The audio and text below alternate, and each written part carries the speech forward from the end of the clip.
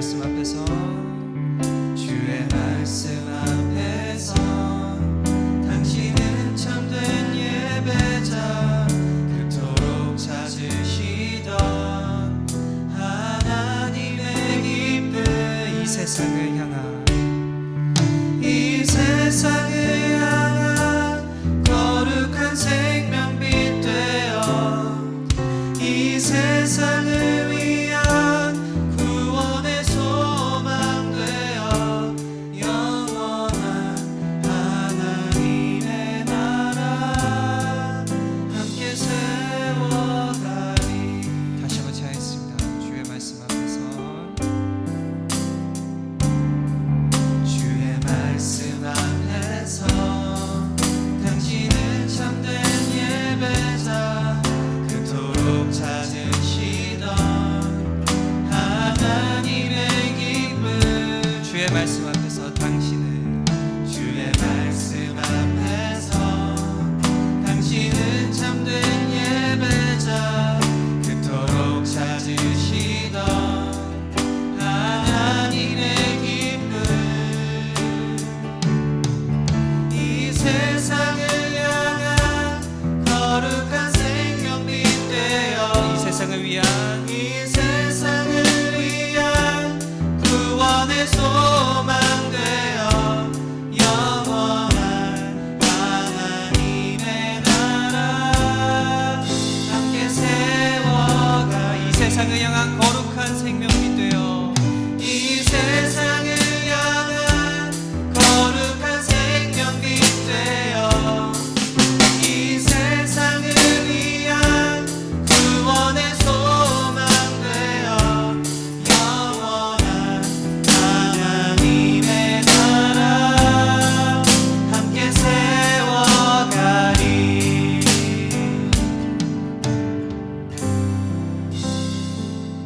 아멘. 잘하셨습니다. 자리에서 일어나셔서 저희들 기쁘게 손뼉치며 찬양 올려드리겠습니다.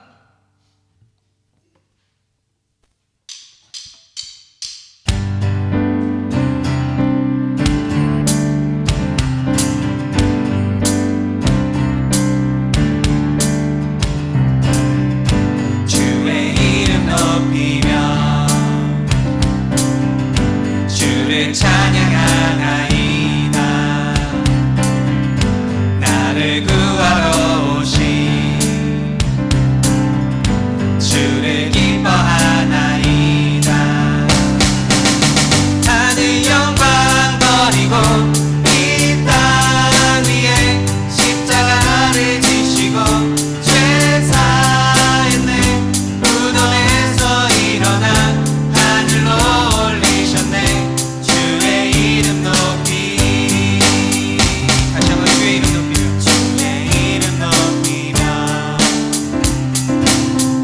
주를 찬양하나이다. 나를 구하러 오신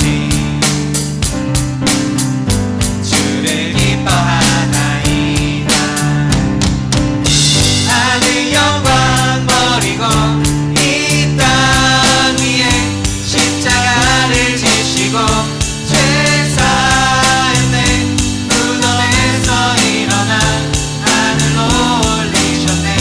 주의 이름 높이.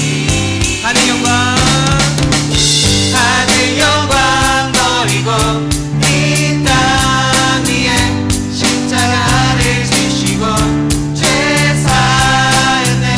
무덤에서 일어나 하늘로 올리셨네. 주의 이름 높이. 다시 한 번만 하늘 영광 버리고 하늘 영광 버리고 이 땅 위에 십자가를 지시고 죄 사했네. 무덤에서 일어나 하늘로 올리셨네.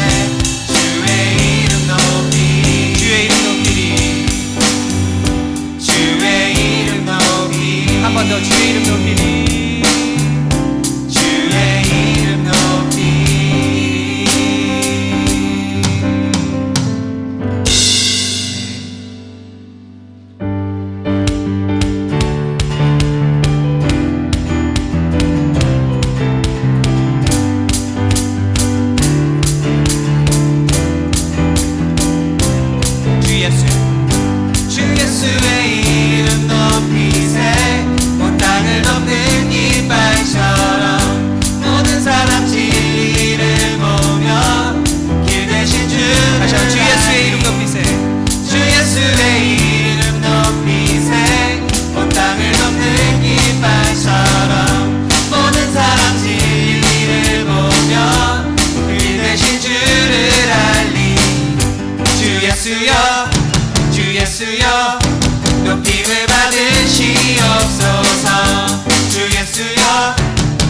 예수여 높임을 받으시옵소서 한 걸음씩 전진하며 이 땅을 정복해 가네 이도록 무기 삼으며 원수는 무너지리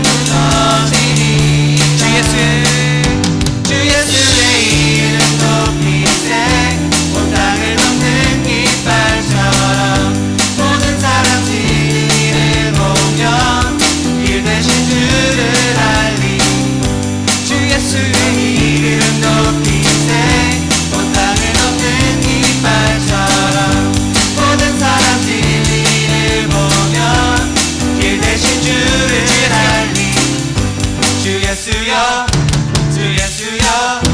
높임을 받으시옵소서 주 예수여 높임을 받으시옵소서 한 걸음씩 전진하며 이 땅을 정복해 가네 기도로 무기 삼으며 원수는 무너지리라 주 예수의 이름 높이세 온 땅을 덮는 깃발처럼 모든 사람 진리를 보며 길 대신 주를 알리 주 예수의 이름 높임을 받으시옵소서 주 예수여 높임을 받으시옵소서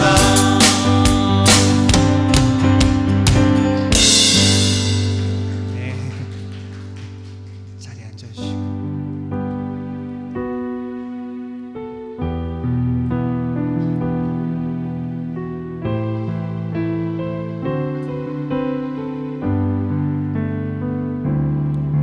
내 손을 주께 높이 듭니다 내 찬양 받으실 주님 내 맘을 주께 활짝 엽니다 내 찬양 받으실 주님 다시 한번 내 손을 내 손을 주께 높이 듭니다 내 찬양 받으실 주님 내 맘을 주께 활짝 엽니다 내 찬양 받으실 주님 슬픔 대신 희락을 죄 대신 화관을 근심 대신 찬송의 옷을 주셨네 내 손을 주께 놓으 내 손을 주께 높이 듭니다 내 찬양 받으실 주님 내 맘을 주께 활짝 엽니다 내 찬양 받으실 주님 슬픔 대신 슬픔 대신 희락을 죄 대신 화관을 죄 대신 화관을 근심 대신 찬송을 근심 대신 찬송을 찬송의 옷을 주셨네 찬송의 옷을 주셨네 슬픔 대신 희락을 슬픔 대신 희락을 죄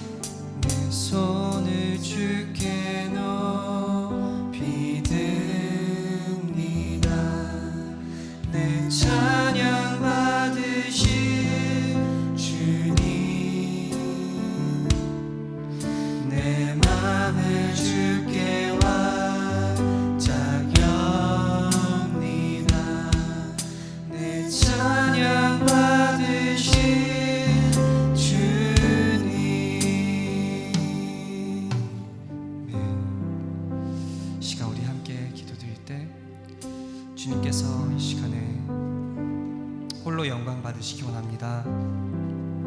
그리고 우리 모두가 주님께서 우리의 삶의 주관자가 되신다고 고백하고, 또한 주님의 말씀에 민감하게 반응하게 하시고 주님의 말씀을 따라 살아가는 그러한 믿음을 주시기를, 또한 우리 이 예배와 말씀을 전해주실 목사님을 위하여서도 시간에 우리 한 목소리로 기도하며 나아가겠습니다. 사랑의 주님, 아버지, 이 시간 기도하면서 주님, 우리 아름다운 교회가 주님께 영광을 돌려드리고 주님만을 높여드리고 저희들의 것을 다 내려놓고 오직 주님의 것만 가져가고 주님의 것만 생각하는 그러한 삶을 살아가는 이 시간 고백하는 이 시간 될수 있도록 아버지 인도하여 주시옵소서. 주님, 저희들 고백하였습니다. 저희들의 두 손을 들고 주님을 높여드린다고. 하나님 아버지, 이 고백이 단순히 오늘로서 끝나는 것이 아니라 저희들 살아가는 삶 가운데에서 매일매일 주님 이 고백을 하며 살아갈 수 있도록 아버지 저희들을 인도하여 주시옵소서. 하나님 아버지, 저희 아름다운 교회가 주님을 바라보고 주님을 향하여서 나아가는 저희들 될 수 있게 인도하여 주시옵소서. 하나님 아버지, 오늘 이 예배와 정말 저희들 찬양을 통하여서 정말 주님을 더욱더 알아가고 주님을 저희 마음속에 간직하고 마음속에 들어오시어서 정말 주님과 동행하며 살아갈 수 있도록 아버지 인도하여 주시옵소서. 주님 또한 저희 예배 아버지께서 인도하시고 주님께서 주관하시어 끝까지 잘 진행될 수 있도록 아버지 도와주시옵시고, 또한 우리 말씀 전해주신 박대 목사님을 위해서 기도드립니다. 주님 함께 하시고 도와주시옵소서.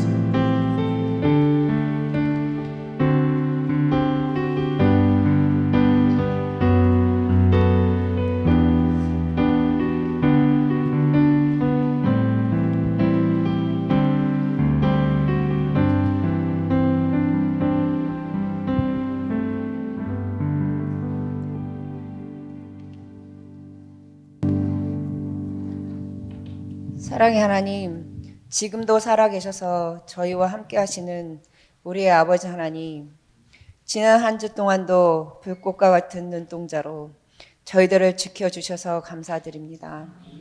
저희들의 발걸음을 이 성전으로 옮기시고 예배의 자리로 불러주신 은혜 감사. 저희들을 십자가의 보혈의 피로 구원하여 주심 감사. 저희들의 생명이 되어주심을 감사. 저희들의 기도 속에 함께 하심도 감사. 어려운 중에, 고통 중에, 몸이 아픈 중에, 흐르는 눈물 중에, 폭풍에도 우리와 함께 하시는 임마누엘의 하나님께 감사드리며 찬양합니다.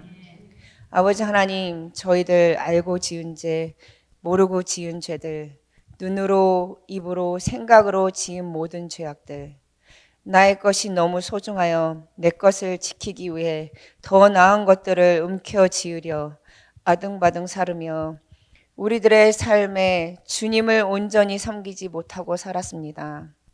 우리의 삶이 바빠서, 세상이 너무 즐거워서 우리 주님을 우리의 주인이 되시고 생명이 되신 우리 주님을 멀리하고 우리가 우리 스스로가 주인이 되어 살았음을 고백합니다.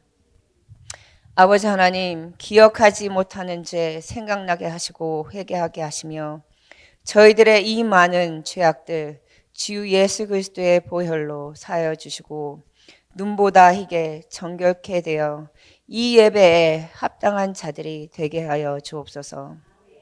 그리스도 안에서 나는 죽어지고 늘 나만을 외치는 나의 중심의 삶이 아니라 매일의 영적 싸움에서 승리하게 하여 주셔서 예수 그리스도만 발견되어지는, 나타내어지는 저희들의 삶이 되게 하여 주옵소서. 아버지 하나님, 지금의 세상은 너무도 빨리 모든 것들이 발전하고 발달합니다. 생활이 더 편리해지고 윤택해지고, 그러나 주님 보옵소서. 우리 속에 선한 것은 하나 없고 시기와 질투와 욕심으로 우리의 삶이 우리를 지배하고 점점 우리의 마음에 주님이 없습니다. 주님, 믿는 사람들이 여기에 주님이 있나 저기에 주님이 있나 믿음의 확신이 없어 너무도 주님을 쉽게 떠나갑니다. 믿음 없음을 불쌍히 여기시고 저희들의 회개가 땅끝과 땅끝에서 이루어지며 속히 주님의 품으로 돌아오게 주님 인도하여 주옵소서. 우리의 믿음이 주님 오시는 그날까지 여기저기 치우치지 아니하며 오직 주 예수님의 길로만 따라가게 하옵소서. 그러기에 구원의 투구와 성령의 검, 그 하나님의 말씀을 가지게 하시고 모든 기도와 간구로 하되 무시로 성령 안에서 기도하고 이를 위하여 깨어 기도하기를 항상 힘쓰는 저희가 되게 하여 주옵소서. 저희들을 먼저 부르신 주님, 저희들은 모두 그리스도의 사자입니다. 땅끝까지 복음을 전하라 하신 주님, 그 사명을 잘 감당케 하시고 저희들에게 말씀을 주시사 저희들을 입을 벌려 복음의 비밀을 알게 하시며 저희들의 삶이 그리스도의 향기가 되게 하여 주옵소서. 아버지 하나님, 이 메마른 땅에 주님의 보혈로 세우신 이 아름다운 교회 주님 기억하여 주옵소서. 이 아름다운 교회가 생명을 살리는 교회가 되게 하시고 복음을 위해 눈물로 기도하며 그 사명을 잘 감당하는 교회가 되게 하여 주옵소서. 주님 안에서 상처받은 자, 고통받는 자들이 나와 영이 치유받고 육이 힘을 쉬는 교회가 되게 하여 주옵소서. 빈자리마다 주의 생명들로 채우시는 부흥의 역사가 있기를 소원합니다. 아버지 하나님, 오늘도 단위에 세우시는 박대호 목사님과 권순영 목사님 두 분의 목사님을 성령의 능력으로 붙드시며 영육간에 강건하게 하시고 피곤치 아니하시며 곤비치 않도록 축복하여 주옵소서.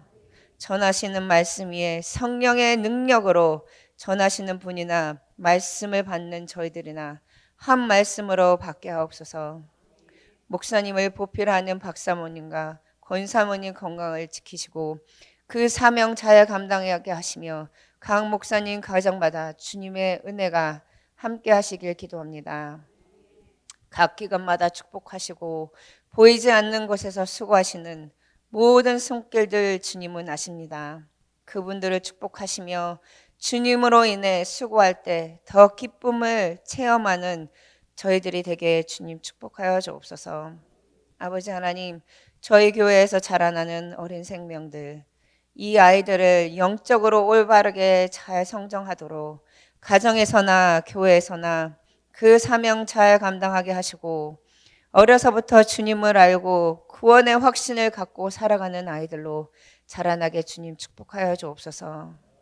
어린 자녀들을 감당하시는 앤드류서 목사님과 서 사모님을 축복하시고 영육간에 강건하시기를 기도드립니다. 교육부 교사들을 기억하시고 그들의 건강과 지혜를 더하여 주시기를 기도합니다. 아버지 하나님, 이 시간도 온전히 우리 주 예수 그리스도만 나타내어지고 찬양되어지는 이 시간이 되게 하여 주시고 이 모든 말씀 감사드리며 예수 그리스도의 이름으로 기도드립니다. 아멘.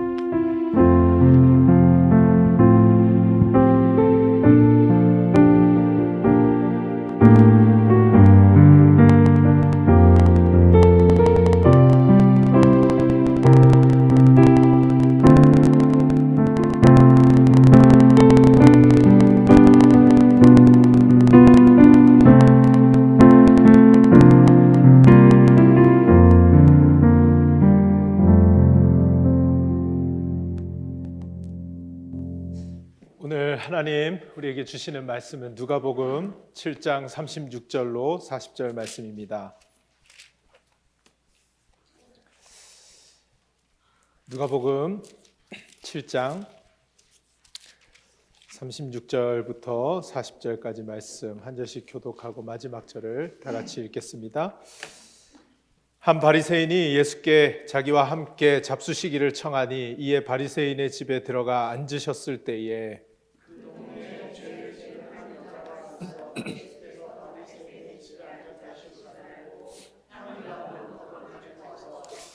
예수의 뒤로 그 발 곁에 서서 울며 눈물로 그 발을 적시고 자기 머리털로 닦고 그 발에 입 맞추고 향유를 부으니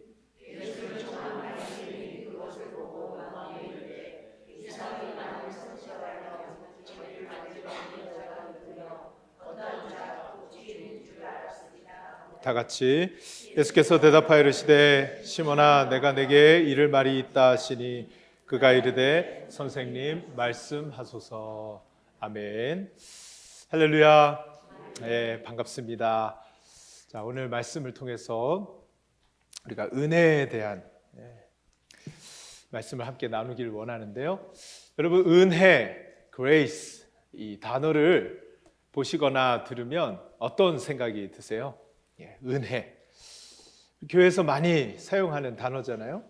그리고 우리도 서로 이야기 나눌 때 내가 은혜 받았습니다, 아니면 은혜를 입었습니다, 이렇게 이야기할 때가 있는데, 그때 은혜다라고 하면 내가 어려운 일이 있을 때 도움을 받는다거나, 또 아무도 나를 알아주지 않는데 나를 알아준다거나, 이런 경우에 우리는 누구에게 은혜를 입었다 이렇게 표현을 하고는 합니다. 그런데 그것도 틀린 말은 아니지만 성경에서 말하는 은혜는 이런 드러난 행위뿐만이 아니라 이 받는 사람 쪽에 어떤 그런 지위, 받는 사람 쪽에 어떤 형편, 받는 사람 쪽에 어떤 상태, 이것을 함께 표현하는 것이 바로 성경이 말하는 은혜입니다.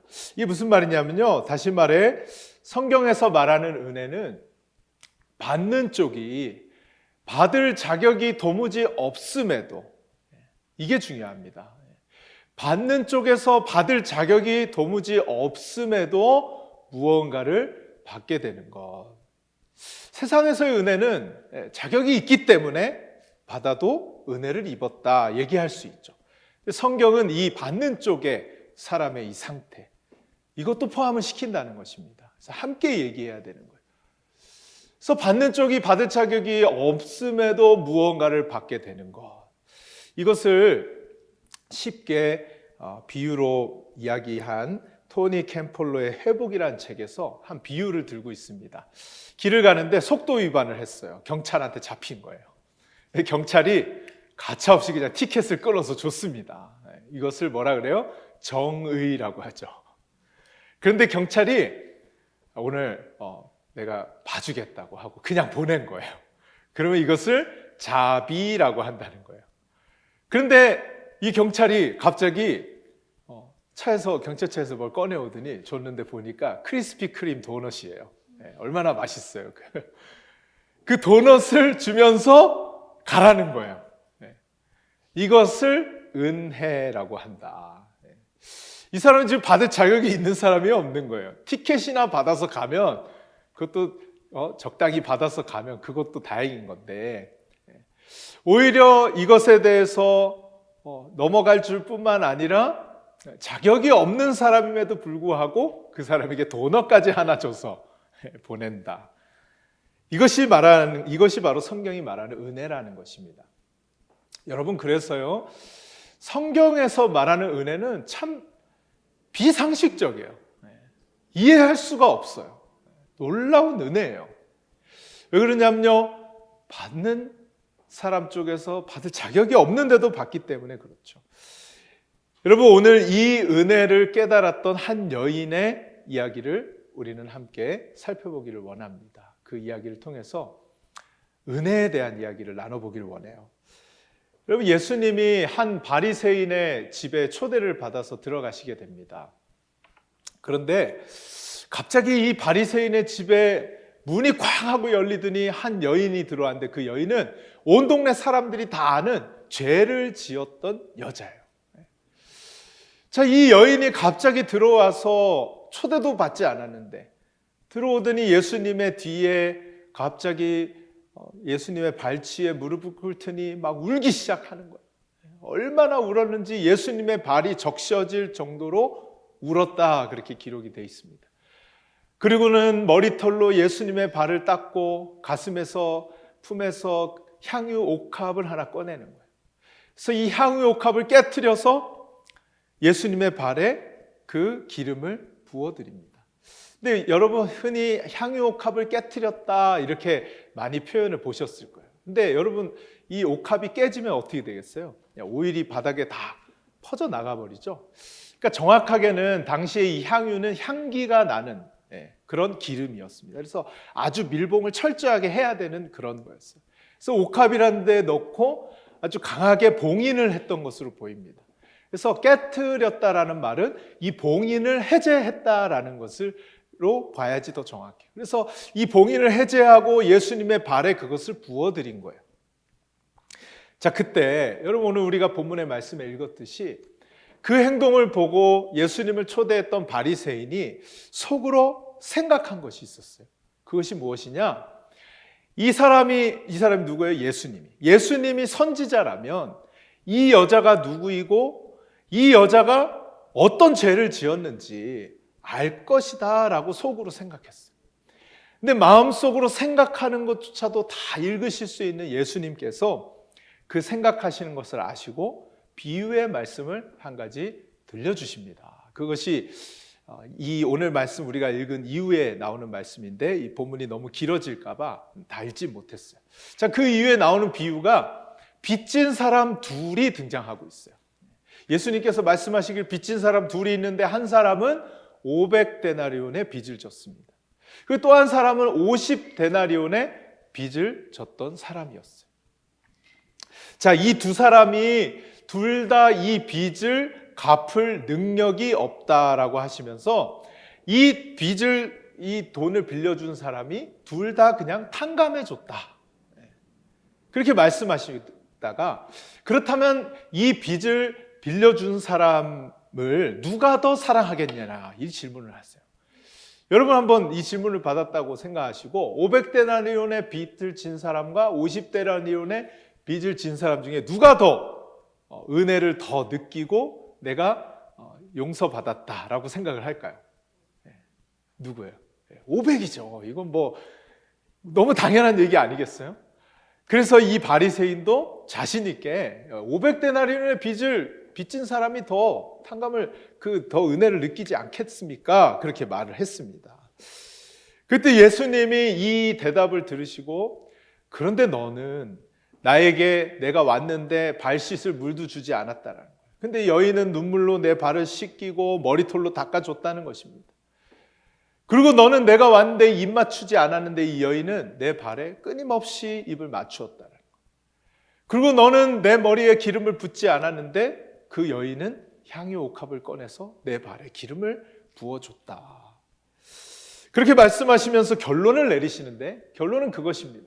사함을 받은 일이 적은 자는 적게 사랑하고 사함을 많이 받은 자가 많이 사랑한다. 그 결론을 내리시는 거예요. 여러분 이 비유가 어려운 비유가 아니죠. 많이 용서받았으면 많이 사랑하게 돼 있는 거고 적게 용서받았으면 적게 사랑하게 되어 있는 것입니다. 그런데 도대체 예수님은 왜 이 말을 하시는 것일까? 예수님이 어떻게 보면 되게 쪼잔하게 구시는 것 같아요. 그냥 좀 넘어가시지. 그것 좀 안 했다고 굳이 그걸 들춰내시면서 너는 그것도 안 했다라고 하면서 되게 속 좁게 구시는 것처럼 그렇게 여겨지세요?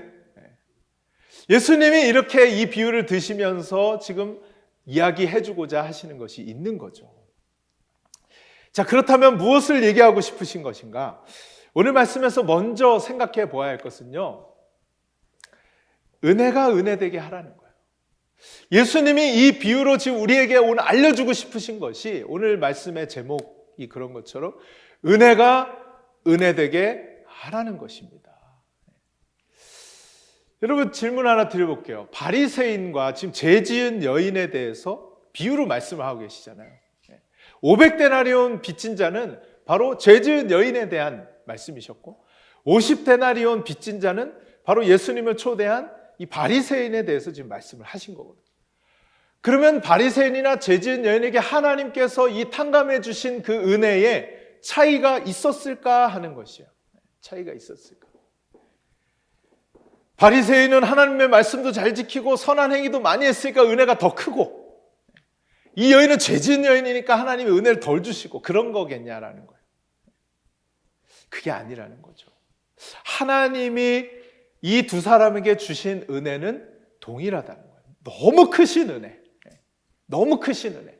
그래서 하나님의 은혜는 모든 사람에게 동일하다. 일단 그것을 말씀하시는 것입니다. 여러분 왜 그렇습니까? 예수님께서 하신 비유로 다시 한번 돌아가 보세요. 거기에 강조점이 있습니다.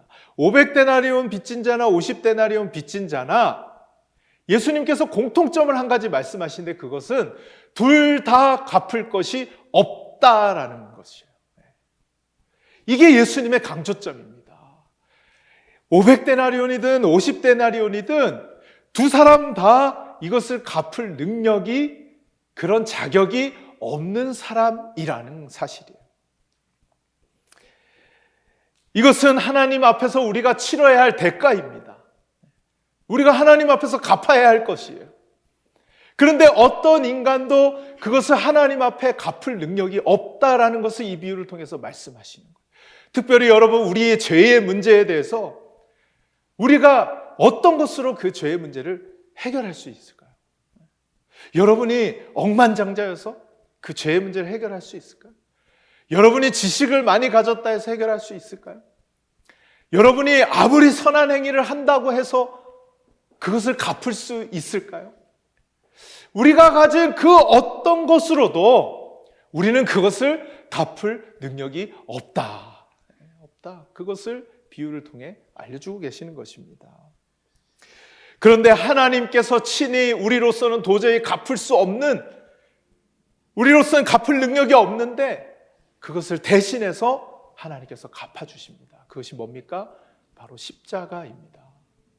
십자가에 하나밖에 없는 아들을 죽기까지 하시면서 우리가 갚을 수 없는데 그것을 아들을 통해 대신 갚게 하신다라는 것이죠. 여러분, 이것이 성경이 말하는 은혜입니다. 여러분의 은혜란 단어를 많이 사용하고 은혜라는 것을 익히 안다고 생각하지만 성경이 말하는 은혜는 바로 이것. 아무 자격도 없고 아무 조건도 없는 우리를 위해서 십자가 위에서 어마어마한 은혜를 우리 가운데 베풀어 주셨다라는 거예요. 베풀어 주셨다는 거죠. 다시 처음 질문으로 돌아가서 여러분, 이 은혜가 사람들마다 차이가 있습니까? 여러분, 동일한 은혜잖아요. 어마어마한 은혜잖아요. 도저히 갚을 수 없는 것을 갚아주신 크신 은혜이잖아요. 그런데 이 은혜가, 이 동일한 은혜가 사람마다 다르더라는 거예요. 어떻게 다릅니까? 어떤 사람은 이 은혜에 푹 빠져서 기쁨과 감사가 넘쳐서 감격스럽게 신앙생활을 하고 감격스럽게 하루하루를 살아가는 사람이 있습니다. 이 은혜가 너무나 넘쳤어. 그런데요, 어떤 사람은요, 은혜로 신앙생활을 하지 못하고 은혜로 살아가지 못하다 보니까 의무감으로 교회를 나오고 의무감으로 하나님의 말씀을 지키고 기쁨도 없고 감사도 없고 불평과 불만하면서 그렇게 신앙생활을 하게 되더라는 거예요. 여러분, 하나님의 은혜는 동일해요. 너무나 크신 은혜예요. 오늘도 이 시간 하나님이 동일한 크신 은혜로 우리 가운데 베풀어 주셔도 우리가 은혜가 은혜되게 하지 않으면 이렇게 차이가 나는 신앙생활과 삶을 살아갈 수 있더라는 것입니다. 여러분, 이런 차이가 왜 나느냐? 하나님이 차별 대우하시는 분이 아니십니다. 하나님 누구에게 더 큰 은혜 주고 누구에게 덜 주는 그런 차별하시는 분이 아니라 하나님은 이미 크신 은혜를 주셨고 오늘도 주시길 원하시는데 그 은혜를 은혜되게 하느냐 못하느냐는 바로 우리에게 책임이 있다라는 것이에요. 여러분, 간절히 바라고 부탁드리는 것은 은혜를 은혜되게 하는 복된 성도님들 모두 되시기를 주님의 이름으로 축원드립니다. 네. 정말 은혜로 해야 돼요. 은혜로. 여러분, 다른 것으로 하면요, 신앙생활도 그렇고 삶도 그렇고 너무나 괴롭고 고통스러워지는 것입니다. 왜 그렇습니까? 지난주에 제가 오랜만에 박대호 목사님과 함께 이 화단을 좀 정리를 했는데요, 이 화단을 정리하다가 목사님이 뭘 하시더라고요. 그래서 가서 보니까 이 나무를 자르기 위해서 긴 전기톱이 하나 있는데 이게 날이 돌아가지를 않는 거예요. 배터리도 충전을 했고 다 했는데 돌아가지 않고 있었던 거예요. 그래서 알고 보니까 이게 뻑뻑해져 가지고 또 더 들여다보니까 그 톱날이 돌게 하기 위한 오일통이 있는데 거기 오일이 하나도 없는 거예요. 이게 완전히 달라붙어 있었던 거죠. 그래서 오일을 하나 사와서 그 오일을 기름칠을 해서 다 이 낡아져 있는 녹슬어져 있는 걸 다 닦고 또 기름통에도 오일을 가득 딱 채워가지고 돌려보니까 이게 달달달달달 소리를 예쁘게 내면서 잘 돌아가는 거예요. 얼마나 부드럽게 돌아가는지.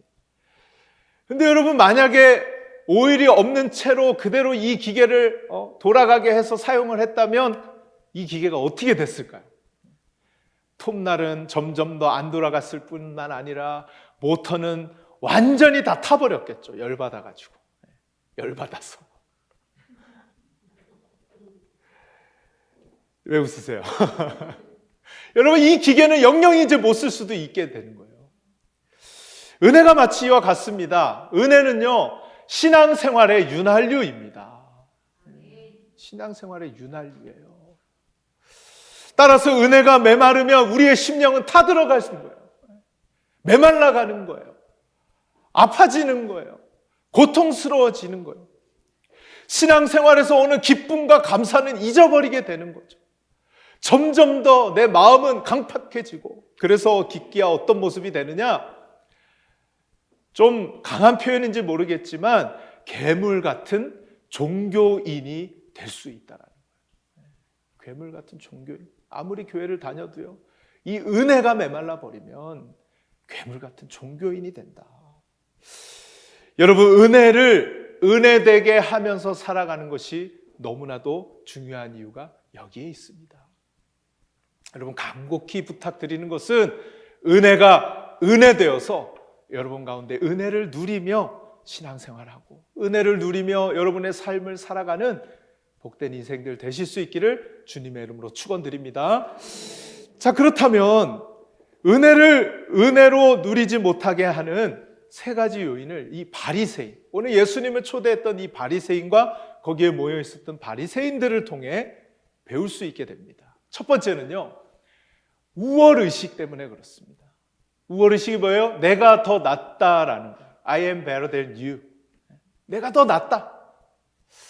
여러분, 교회 안에서 우리는 이 우월의식을 없애야 되는데요, 내가 너보다 좀 못해, 이거는 그나마 좀 나을 수 있어요. 그런데 내가 너보다 더 낫다라고 생각하는 이 우월의식이 은혜를 좀먹게 하는 것이라는 거예요. 은혜를 은혜되지 못하게 만들더라는 거예요. 여러분, 500데나리온 빚진 자가 있다 그랬죠? 50데나리온 빚진 자가 있다 그랬죠? 둘 다 갚을 능력이 없는 사람인데 50데나리온 빚진 자가 500데나리온 빚진 자 보고 손가락질을 하면서 내가 너보다는 낫다는 거예요. 내가 너보다는 낫다는 거예요. 그러면서 그 사람을 우습게 여기고 비난하고 정죄하는 것을 오늘 예수님 비유로 말씀을 하시는 거예요. 근데 여러분, 누가 더 나은 거예요? 아니, 갚을 능력이라도 있으면 그렇게 할 수 있을지 몰라도 둘 다 갚을 능력이 없다라는 것을 안다면 50데나리온 빚진 자가 500데나리온 빚진 자에게 손가락질을 한다는 것은 너무나 우스운 일 아니겠어요? 너무나 우스운 일이잖아요. 그런데 바리새인들은 이 죄인인 여자를 바라보며 손가락질을 한 거예요. 내가 너보단 낫다는 거예요. 너는 죄 지은 여자라는 거예요. 그래서 이언이 들어오자마자 비난과 정죄를 보냅니다. 손가락질을 하는 거죠. 예수님을 만지는 순간 어떻게 저 부정한 여자가 유대인 남자를 터치할 수 있느냐? 나는 그 하나님 말씀, 나는 잘 지키는 사람이어서 나는 절대 그런 짓 안 한다. 너 어떻게 그럴 수 있냐라면서 손가락질을 하는 거예요.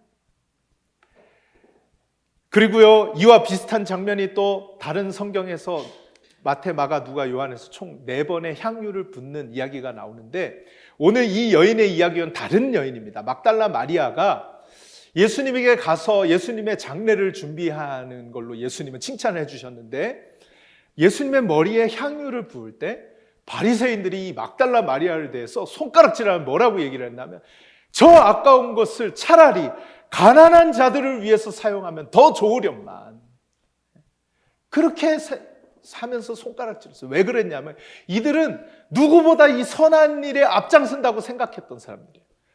왜냐하면요, 당시의 바리새인들은요, 하나님의 말씀, 특히 이 모세오경에 대해서 철저하게 문자적으로 지키던 사람들이에요. 그러니까 누구보다 하나님의 말씀 지킨다고 생각하며 선행에 앞장섰고, 기도에 앞장섰고, 하나님의 말씀을 잘 안다고 생각했고, 금식에도 누구보다 앞장섰던, 헌금 생활에도 누구보다 앞장섰던 사람들이 바로 바리새인들이었습니다. 그런데 그 바리새인들의 그런 행위들이 오히려 그들에게는 독약이었어요. 독약. 왜요? 내가 저 사람보다 더 낫다라는 생각이 들어오니까 은혜를 은혜되지 못하게 하고 은혜를 좀먹게 만들더라는 거예요. 그러니까 그들의 신앙생활이 어땠어요? 늘 다른 사람을 향해서 손가락질하고 비난하고 정죄하고, 예수님은 그것을 날마다 지적을 하셨잖아요. 이렇게 여러분 더 우월하다는 생각, 혹여나 교회 안에서 남보다 내가 우월하다고 생각을 하며 우리는 혹여나 신앙생활을 하고 있지 않은지 오늘 이 시간을 통하여 우리가 돌아볼 수 있기를 바랍니다. 네, 맞아요. 우리 중에는 누구보다 더 봉사 많이 할 수 있고, 누구보다 헌금 더 많이 할 수 있고, 누구보다 더 기도 많이 할 수 있습니다. 그러나 그것이 은혜를 망치는 도구가 되지 않기를 주님의 이름으로 축원드립니다. 은혜가 먼저입니다. 은혜. 여러분, 두 번째는요, 특권 의식이었습니다. 나는 당연히 받을 자격이 있다라는 이 생각이 은혜를 은혜되지 못하게 했어요. 여러분, 한 심리학자가 특이한 실험을 했는데요, 한 동네를 정했습니다. 그리고 그 동네에 날마다 가서 집 앞에 100불씩을 놓고 사라졌어요. 어떤 사람들이 집을 나와보니까 집 앞에 100불이 있는 거예요. 이게 웬 돈이지? 하면서도 이거 내 게 아닌데? 이거 내가 받을 자격이 없는데? 하면서 처음에는 이거를 주저주저 했다는 거예요. 그런데도 뭐 주변을 보고서 사람이 돈 보고 안 주실 사람 있습니까? 그 주워서 넣은 거죠. 그런데 그게 계속 매일매일 그런 일이 일어나니까 사람들이 소문이 나기 시작한 거예요. 야, 너네 집에도 왔어? 너네 집에도 왔어? 왔어. 그 둘째 주가 됐어요. 둘째 주쯤 되니까 현관 앞에 나와서 돈을 기다리는 사람들이 생기더라는 거예요. 그리고 셋째 주가 되니까 이걸 아주 이상하게 생각하지 않게 되더라는 거예요. 그리고 넷째 주가 되니까 아주 당연한 것처럼 돈을 집어가더라는 거예요. 그러고서 한 달이 지나고 이 심리학자가 그날은 하루는 그냥 돈을 놓지 않고 그냥 지나가 봤대요. 그랬더니 한 사람이 쫓아와서 오늘 왜 돈 안 주고 가냐고, 막 따지듯이 왜 돈 안 주고 가냐고 막 그 사람을 붙들고 돈 주고 가라고 그랬대요. 여러분, 정말 이런 일이 있을까 싶지만 우리는 어떨 것 같으세요, 여러분? 만약 이런 일을 겪는다면. 사람들은 이유 없이 베풀었던 이 은혜가 당연한 것처럼 생각되기 시작된 거예요. 나는 이것을 받을 자격이 없는데, 그 돈 자기 돈 아니잖아요. 없음에도 불구하고 계속 이런 은혜가 주어지자 당연하다라는 생각, 나는 이걸 받을 자격이 있다라는 생각으로 변해가더라는 거예요. 변해가더라는 거예요. 여러분, 오늘 말씀에 등장하는 이 바리새인이 그런 특권의식, 당연하다는 생각으로 점점 변해갔습니다. 바리새인이 예수님을 초대해놓고 예수님을 어떻게 대합니까? 발 씻을 물도 안 주고 기름도 안 부어주고 입맞춤도 안 했다는 거예요. 근데 이건 당시에 유대 사회의 손님을 초대하는 문화가 어떤지를 우리가 이해해야 이 말씀을 이해할 수 있어요. 당시에 세 가지를 꼭 해야만 하는 것이 있었는데, 첫 번째가 입맞춤입니다. 손님이 유대 사람의 집에 찾아오면 평화의 키스를 입맞춤을 했다고 해요. 해야만 했다고 해요. 그리고 또 하나는 발 씻을 물을 준비해 줘야 되는데, 그것은 여러분 상상하시듯이 지금처럼 포장이 돼 있는 곳이 아니잖아요. 흙바닥인데 거기를 샌들로 다니니까 발이 얼마나 더러워져 있겠어요. 그러니까 집에 오면 발부터 씻게 해줘야 되는 거예요. 그건 손님에 대한 당연한 도리였던 거죠. 그 마지막에 이 손님이 향기가 날 수 있도록 머리에 향유를 부어주는 것. 이 세 가지를 꼭 해야만 하는데, 이 바리새인이 이걸 했어요, 안 했어요? 이걸 안 한 거예요. 왜 안 했을까요? 왜 안 했을까요? 당시에 바리새인들은요, 그 당시 유대 사회에서 굉장한 지위를 갖고 있었던 사람들입니다. 권력을 갖고 있었던 사람들이에요. 세 파가 있었는데 그 중에 하나가 바리새인들 파였어요. 바리새파. 그러니까 이 사람도 자기는 특권이 있고 자격이 있고 자기는 지위가 있다라고 생각하고 예수님을 당연하다, 자신의 집에 오는 걸 당연하다 여긴 거예요. 여러분 한번 생각해 봅시다. 여러분이 친구의 집에 초대를, 아니면 누구의 집에 초대를 받았습니다. 여러분을 아주 극진히 대접해 줬어요. 여러분은 정말 진심을 느낄 정도로 극진히 대접을 받았어요. 그러면 그 초대한 사람은 어떤 마음으로 그렇게 했을까요? 정말 그것이 진심이었다면 도무지 내 집에 올 수 있는 분이 아닌데 그런 분이 내 집에 왔어. 내가 이분을 초대할 수 있는 자격이 있는 사람이 아닌데 그분이 내 집에 초대에 응하고 와주셨어 라는 마음이 크면 클수록 어떻게 하겠어요? 극진히 대하고 정말 최선을 다해 대접을 하지 않겠습니까? 근데 바리새인이 그것에 실패했다라는 거예요. 왜 실패했을까요? 그 안에 특권의식이 있었던 거예요. 오늘 39절에 예수님에 대해서 선지자라고 생각했습니다. 그리고 40절을 보면요, 예수님에 대해서 선생님이라고 표현을 하고 있어요. 그런데 이 바리새인의 마음속에는 어쩌면 그것은 예의상 그렇게 한 것이고 그거보다 못하다라는 생각을 바리새인은 갖고 있었기에 당연히 해야 할 이것을 하지 않았던 것으로 생각이 돼요. 여러분, 이 바리새인의 문제가 바로 그것이었다라는 것입니다. 특권의식 때문에 여러분, 예수님이 누구세요? 하나님이신 분이시잖아요. 예수님이 누구세요? 그토록 그들이 기다렸던 메시아였잖아요. 주인이셨잖아요. 그런데 그런 분을 초대하는데 이 바리새인은 특권의식 때문에 그러한 주님, 그러한 하나님이신 분으로 예수님을 보지 못했다라는 거예요. 그래서 그분이 오시는 걸 너무나도 그냥 당연한 거, 그 예수님 정도는 내 집에 오는 거 그냥 당연한 거야, 당연한 거야. 그렇게 생각했다라는 거죠. 사랑하는 여러분, 예수님이 이 땅에 오신 것이요, 그리고 예수님이 십자가에 우리의 죄를 위해 십자가에 못 박혀 죽으신 것, 그리고 예수님이 우리의 마음속의 문을 두드리시고 우리의 마음속에 찾아와 주신 것, 이것이 결코 당연한 일이 아닌 것을 여러분들 꼭 기억하시기를 주님의 이름으로 축원드립니다. 아무 자격이 없어요. 우리는 그런 특권이 없어요. 여러분, 우리가 선택받은 것, 우리가 뭐 잘나서 선택받았나요? 우리가 뭘 잘해서 선택받았나요? 우리가 아직 죄인 되었을 때, 우리가 아직 원수 되었을 때에 하나님 우리를 사랑하셔서 우리에게 찾아와 주신 것, 아무 자격이 없지만 우리에게 함께 해주시는 것, 이것이 당연하게 여겨지면 안 된다는 것입니다. 여러분, 세 번째는요, 자기 중심적인 생각이 은혜를 은혜로 누리지 못하게 만들었어요. 여러분, 신앙생활하면서 은혜를 은혜되게 하려면요, 가장 중요한 것이 자기 중심적인 생각에서 벗어나야 돼요. 오늘 본문의 말씀에서 바리새인이 은혜를 은혜되게 하지 못한 것 중 마지막은 자기 중심적인 생각 때문이었습니다. 이게 뭐냐면요, 내가 하는 것만 옳다라는 생각이에요. 내가 하는 것만 옳다. 내가 얘기하는 게 옳다. 여러분, 이걸 이해하려면 오늘 말씀이 어떤 맥락에서 지금 쓰여져 있는지를 우리는 봐야 돼요. 여러분, 누가복음 7장 이 전체를 보면요, 누가복음 7장은 백부장의 종의 병을 고쳐주시고 나인성 과부의 죽은 아들을 살려주시는 이야기로 시작합니다.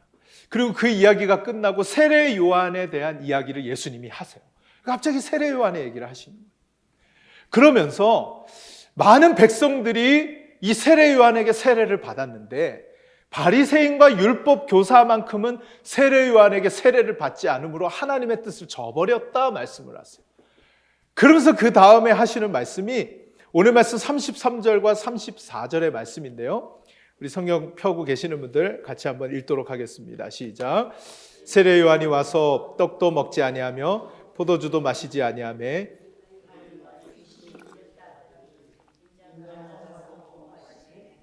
너희 말이 보라, 먹기는 탐하고 포도주를 즐기는 사람이요 세리와 죄인의 친구로다 하니. 여러분, 이 말씀 읽으면서 좀 느껴지는 게 있으세요? 이 말씀 읽으면서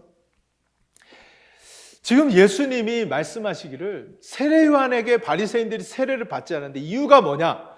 세례 요한이 보니까 안 먹더라는 거예요. 포도주도 안 마시더라는 거예요. 그래서 이 사람은 귀신이 들렸다라는 거예요. 그러니까 미친 사람이라는 거죠. 자, 그러더니 그 이어서 예수님에 대해서는 뭐라고 평가를 해요? 먹는다는 거예요. 마신다는 거예요. 너무 먹는 걸 좋아하고 마시기를 탐하는 사람이라는 거예요. 세리와 죄인의 친구다. 이 사람도 이상한 사람이라는 거예요. 여러분, 그렇다면 안 먹는 게 맞아요? 먹는 게 맞아요? 도대체 어떻게 하라는 거예요? 이 바리새인은 자기 마음에 들면 옳고 자기 마음에 안 들면 틀린 거예요. 그저 이 모든 것의 판단의 기준은 자기입니다. 자기 중심적인 생각. 나만 옳다라는 거예요. 나만 옳다라는 거예요. 아니, 이게 어디 있어요? 무슨 기준이 그래요? 세례 요한에 대해서는 먹고 안 마시니까 미친 사람이라고 그러고, 예수님은 먹고 마시니까 이상한 사람이라고 그러고, 그저 자기 중심적인 생각으로. 여러분, 이 시대는 자기 중심적인 생각들이 부딪히는 시대입니다. 부모와 자식이 부딪히고요, 남편과 아내가 부딪히고요, 상사와 부하 직원이 부딪히고요, 심지어는 교회 안에서도 성도와 성도끼리 자기가 옳다는 거예요. 자기가 옳다는 거예요. 벗어나지를 못하는 거예요. 자기가 낫다라는 거예요. 여러분, 우리는 이 세상과 같이 생각하면 안 되는 줄로 믿습니다. 우리는 분명한 절대적인 기준이 있는 사람들이에요. 바로 하나님. 절대적인 선이 되시는 그 하나님 앞에서 우리는 겸손하게 우리를 낮추고 잠잠해야 할 줄로 믿습니다. 그래야 되는 거죠. 어떻게 내가 생각하는 것만이 정답이라고 얘기할 수 있어요? 그건 내가 그저 살아온 방식일 뿐이죠. 똑같은 말씀을 들어도 사람에 따라서 이걸 적용해 가는 방식들은 다양합니다. 그런데도 어떻게 나만 옳다라고 하면서, 그러면 너무 우스운 거예요. 나만 옳다. 그런데 그런 일들이 적지 않게 우리의 삶에서 많이 일어나더라는 거죠. 여러분, 자기 중심적 생각으로 판단하는 곳에는 은혜가 설 자리가 없음을 기억하시기를 바랍니다. 우리가 은혜가 은혜 되게 하려면요, 이것을 우리가 알아야 합니다. 따라해 봅시다. 내가 하나님 앞에 얼마나 큰 죄인인지를 잊지 말아야 한다. 내가 하나님 앞에 얼마나 큰 죄인인지를 우리는 절대 잊어서는 안 됩니다. 그래야 은혜가 은혜될 수 있다는 것입니다. 이제 이 여인에게로 우리의 시선을 옮겨봅시다. 여러분, 이 여인 어땠습니까? 이 여인은 죄 지은 사람이 뭘 잘한 게 있어요? 죄 지은 여인이잖아요. 뭘 잘한 게 있어요? 그런데 그 바리새인의 집에 문을 박차고 들어가서 사람들의 비난에 아랑곳하지 않고, 사람들의 손가락질을 전혀 개의치 않고 예수님의 발 앞에 무릎을 꿇어서 향유 옥합을 깨트려서 그 기름을 부어드립니다. 어디서 그런 용기가 나왔을까요? 어디서 그런 결단이 나왔을까요? 그녀는 하나님 앞에 자신이 얼마나 큰 죄인인지를 깨달았기 때문에. 여러분, 인정했다라는 것입니다. 저는 여인의 이 모습이 위대해 보였어요. 여인이 비록 죄인이지만, 죄를 지은 사람이지만 여인이 너무 위대해 보이는 거예요. 저만 해도요, 뭐 잘못하면 자꾸 덮으려고 하는 기질이 있고요, 저만 해도요, 뭘 잘못하면 남들보다 더 나은 모습을 보여서 어떻게든 그거 숨기려고 하는 모습이 있지, 인정하려고 잘 안 하거든요. 내 자존심이 그걸 허락하지 않거든요. 그런데 이 여인은 죄 지은 사람이지만 그것을 인정하고 주님 앞에 나아가 향유 옥합을 깨트렸다라는 거죠. 여러분, 저는 이 여인의 모습을 보면서 여인이 만약 향유 옥합이 하나가 아니라 2개가 있었다면 이 여인은 그 2개를 다 주님께 드렸을 거라고 저는 확신을 해요. 이 향유옥화 하나는 1년 동안 노동자가 벌어야만 살 수 있는 엄청난 가치가 있는 것이었습니다.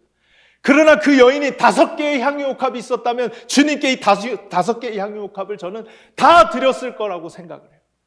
만약에 10개가 있었다, 10개가 있었어도 다 드렸을 거라고 생각해요. 어떻게 그럴 수 있을까요?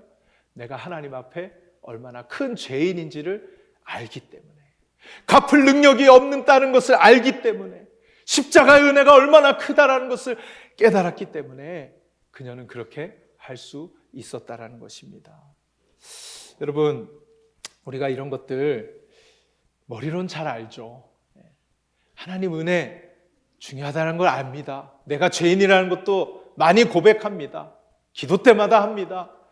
그런데 왜 우리는 은혜로운 신앙생활을 못하는 걸까? 왜 은혜가 은혜되게 하지 못하는 것일까?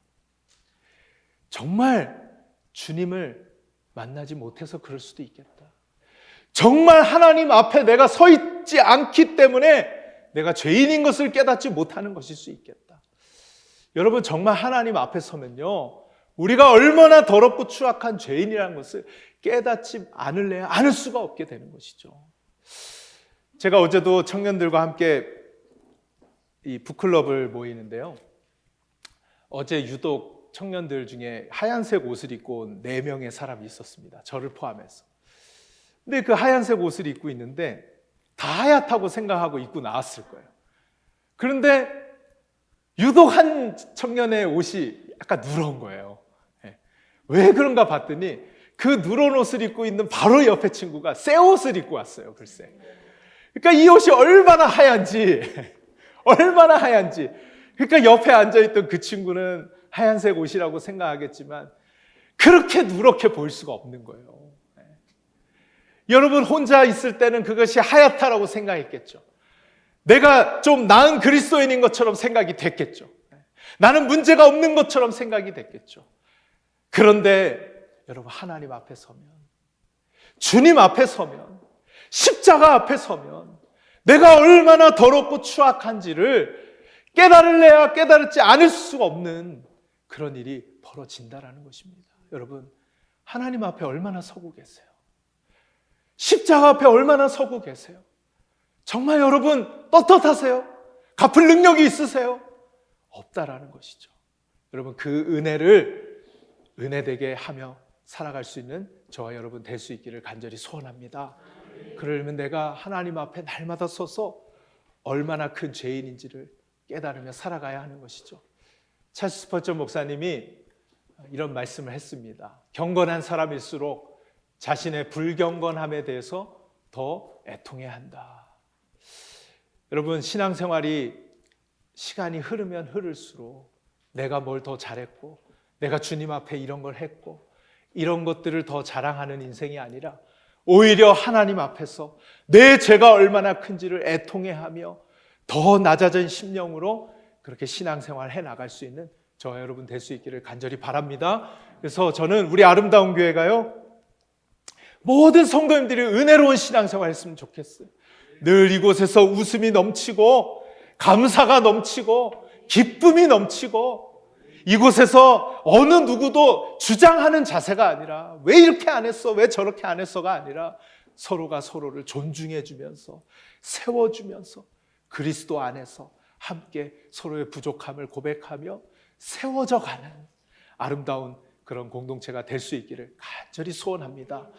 그런 교회 될 줄로 믿습니다. 사랑하는 여러분, 은혜가 은혜되게 하는 그런 삶을 살아서 여러분의 인생이 늘 풍요롭고 기쁨과 감사가 넘치는 이번 한 주가 또 되실 수 있기를 주님의 이름으로 축원드립니다. 우리 같이 찬양하고 기도했으면 좋겠는데요. 십자가 그 사랑 생각하며 찬양 같이 한번 고백드리도록 하겠습니다.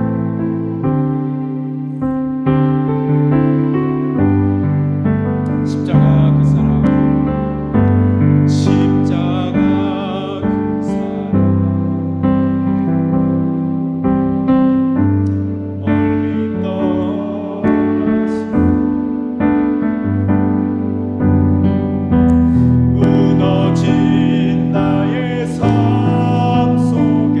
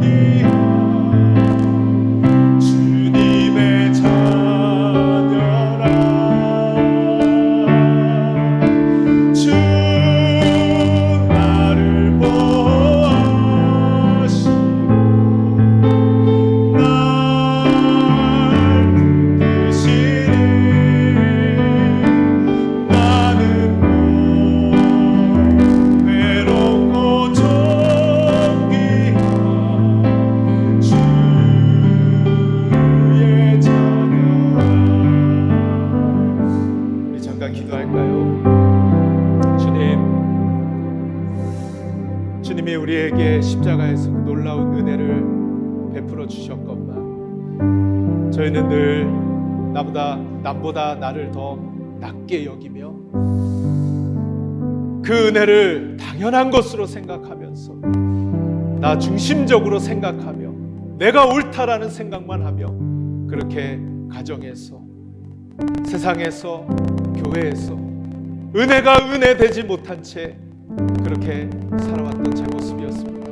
우리 함께 회개하며 기도하면서 하나님, 이제는 그 크신 은혜, 어마어마하게 주신 그 은혜, 십자가에서 나 같은 자격 없는 자를 위하여서 죽어주신 그 은혜, 갚을 수 없는 나에게 대신 갚아주시기 위하여 베풀으신 그 놀라우신 은혜, 그 크신 은혜가 은혜 될 수 있도록 살아가겠습니다. 우리 결단하면서 우리 함께 회개와 결단의 기도를 드리도록 하겠습니다. 하나님 감사합니다. 하나님 그 놀라우신 은혜를 우리에게 베풀어 주셨건만 십자가의 그 사랑을 떠나서 하나님 아버지 그 은혜가 나에게 잊혀져 버렸습니다. 마땅한 것으로 여겨졌습니다. 내가 이럴 만한 자격이 있기에 하나님은 나에게 이렇게 하시지라고, 내가 하나님 앞에 이렇게 기도를 했기에 하나님 이렇게 하셨더라고, 내가 한 것에 대하여 하나님 앞에 이야기할 뿐 아버지 하나님 그 은혜로 생각하지 못하고 살아왔습니다. 하나님 아버지 갚을 수 없는 자격 없는 나에게 베풀어 주신 은혜가 이렇게 큰데 나는 조금 아버지 나보다 나은 것 때문에 그것으로 은혜를 망각하며 은혜를 아버지 하나님 은혜되지 못하게 만들어 살아갔습니다. 신앙생활에 기쁨이 없었습니다. 감사가 없었습니다. 신앙생활에 무뎌진 턱과 같이 아버지 하나님 고장나 버렸습니다. 아버지 하나님 망가져 버렸습니다. 파버렸습니다. 하나님 불쌍히 여겨 주옵소서. 하나님 은혜가 은혜되게 하는 신앙생활이 되기를 원합니다. 은혜가 되어서 우리 가정에서 그 은혜가 흘러넘치기를 원합니다. 우리는 모두 죄인입니다. 우리는 모두 자격 없는 자입니다. 하나님의 사랑으로 하나님의 은혜를 기억하며 가정에서, 직장에서, 우리의 세상에서, 아버지 하나님 교회에서 은혜로운 신앙생활, 은혜로운 삶을 영위해 나갈 수 있는 우리 모두가 될 수 있도록 인도하여 주옵소서. 십자가의 은혜, 십자가의 사랑, 우리의 삶을 이끌어가는 힘이 될 수 있는 주시옵소서. 하나님 아버지, 십자가의 놀라우신 은혜를 우리 가운데 베풀어 주신 것 감사를 드립니다. 자격 없는 자인데, 아무런 조건이 없는 자인데 그런 우리에게도 놀라운 은혜 베풀어 주셨건만 저희들은 은혜가 은혜되지 못하게 만들었던 장본인이었음을 하나님 앞에 고백을 드립니다. 주님, 우리를 불쌍히 여겨 주옵시고 은혜가 은혜 될 수 있도록 살아가고 신앙생활하면서 기쁨과 감사의 삶으로, 신앙생활으로 변화될 수 있는 우리 모두가 될 수 있도록 주님께서 은혜를 베풀어 주시옵소서. 이번 한 주도 은혜로 승리하는 우리 모두가 될 수 있기를 간절히 소원하오며 예수님의 이름으로 기도드리옵나이다. 아멘. 여호와는 네게 복을 주시고 너를 지키시기를 원하며 여호와는 그의 얼굴을 네게 비추사 은혜 베푸시기를 원하며 여호와는 그 얼굴을 네게로 향하여 드사 평강 주시기를 원하노라. 아멘. 지금은 나 같은 죄인 살리시기 위해서 십자가를 지신 주 예수 그리스도의 은혜와 하나님 우리 아버지의 변함도 없으시고 오래오래 참아서 구원 얻기까지 참으시는 그 아름다우신 사랑으로 성령님의 강력하게 역사하셔서 우리 심령에 들어와 말씀을 듣게 하시고 우리와 동행하시고 임재하시는 그 은혜가 다시 한번 하나님 우리가 주님 말씀 앞에 서고보니 우리는 다시 가슴속에 죄인임을 느낍니다. 죄인임을 고백합니다. 내 힘이 아니었습니다. 주님의 은혜였습니다. 하나님 이 고백으로 주님 앞에 영광을 돌리고 이 자리를 떠나는 사랑하는 모든 심령들 위해 이제로부터 영원토록 함께 있을지어다. 아멘.